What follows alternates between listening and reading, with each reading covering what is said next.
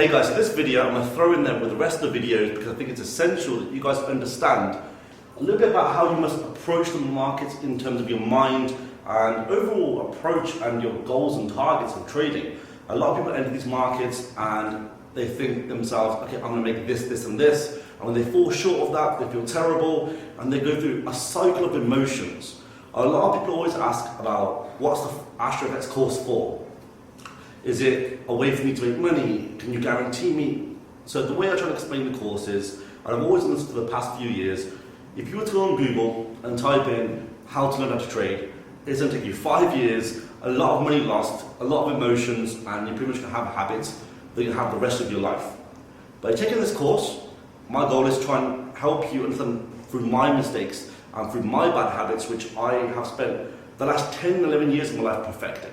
So pretty much, instead of going into the fire pit, I'll try and pick you up and put you on the other side of that fire pit. From all the things that I've done, from all the places across the world I've taught, all the different stories I've heard, and I've absorbed other people's information and incorporated with the whole idea of why traders go wrong. Winning and losing. So let me explain one thing to you right now. You're going to lose. You're going to lose many times. You're going to lose a lot. But how do you accept your losses? And the most important thing is, are your wins bigger than your losses? So often what happens is a lot of people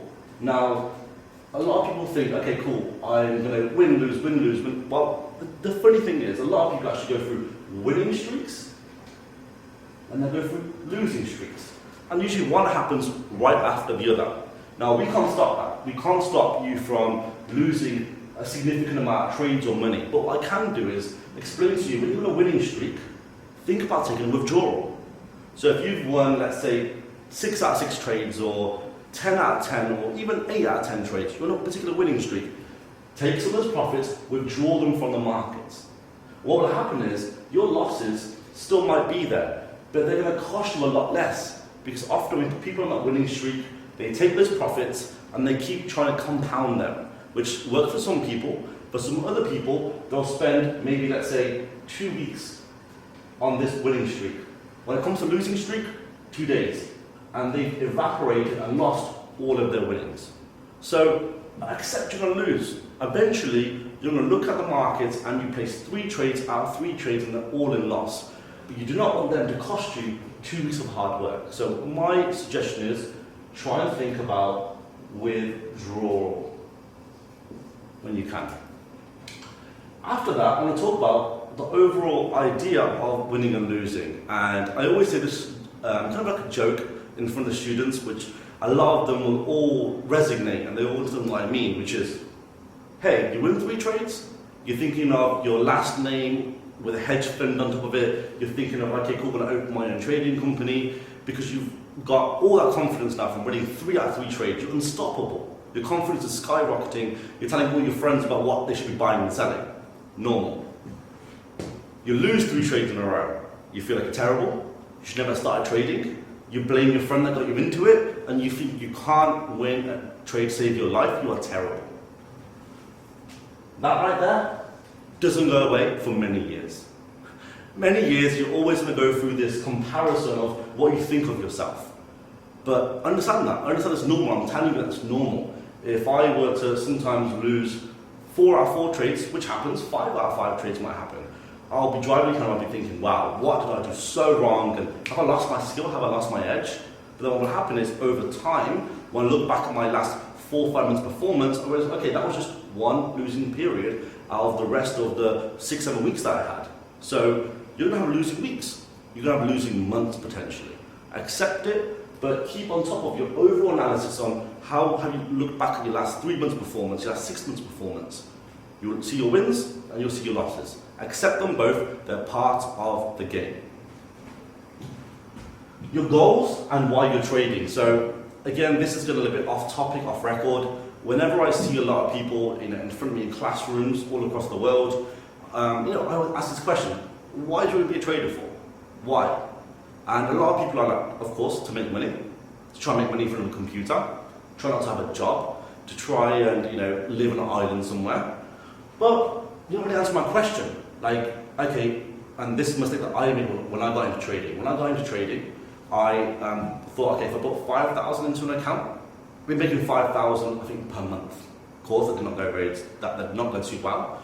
And a lot of people get into the markets with different goals and targets that are sometimes unrealistic, sometimes not realistic enough. So why I ask this question is, think about what you want from the markets. There could be two things. There could be the person that wants to gain just 500 per month. And there's a person that wants to try and make, I don't even know, let's say 30% per month. There's a person out there that wants to try and make 5% per month.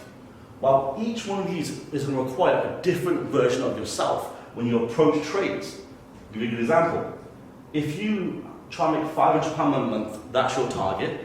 Well, imagine 4 days into that month that you've hit your target. Guess what? You're going to have to make an important decision. Do I withdraw my profits because I get to tick this off my list? Or do I just keep on trading to a point where I don't even know what my target is anymore? And you'll make that 500, lose that 500, you'll end up blowing your account. And you're thinking, well, I had one target and I could have stuck at that target. Next thing, for 30% monthly return, you're going to end up probably trading with a little bit more risk and you're probably a little bit more active in your positions. But if you come shy of that target, what percentage are you happy with? What did you risk to try and gain this, and how active were you? If you look past at the past 3 months, did you hit this 30%? Or did you come shy of it? And you try to make 5% a month return. This is fantastic, by the way. 5% return, if you compare yourself to hedge funds, banks, out there, anything, 5% return is really good. But it takes a completely different mindset of a person that wants to try and make 5% a month from his account, and a person wants to make £500. This person might be doing it trying to pay rent, pay their car off, pay something off. This person could be looking at it from a different type of investment that wants to try and maybe gain more investments and try and show that he got good return on his investment. So whenever I sit down in classrooms, I'm like, ask yourself, why are you here? If you learn this material, what is your goal for the next month, 3 months, 6 months, and 1 year? What do you want to make? How do you want to make it? What time scale do you want to make it? Make a plan. This is a business. Trading is like a business. You have your startup capital, which is your trading account. You have your education, which sometimes is your overheads, which obviously you might have spent on this course, hopefully. And on top of that, all the losses that you're going to have in trading are sometimes the loss you have in business and the overheads. But you've got to know what kind of business you're in, what's your business plan, what's your projections that you really want. Think about that before you even want to place in the trade.